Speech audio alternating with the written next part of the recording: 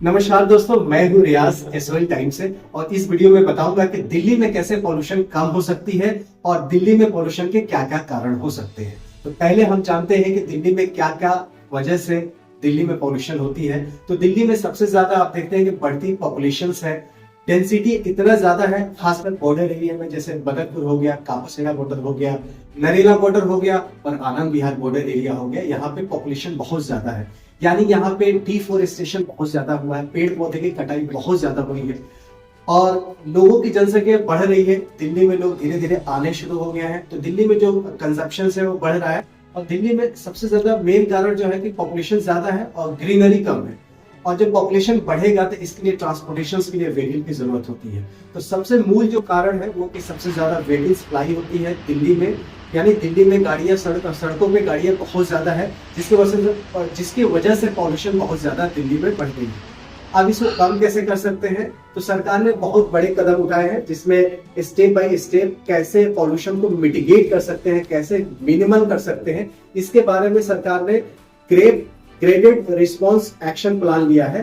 तो जैसे पॉल्यूशन 100 से ऊपर बढ़ती है, यानी एसपीएम क्या होता है? सस्पेंडेड पार्टिकुलर मैटर होता है, मतलब धूल हवाओं में कितना है।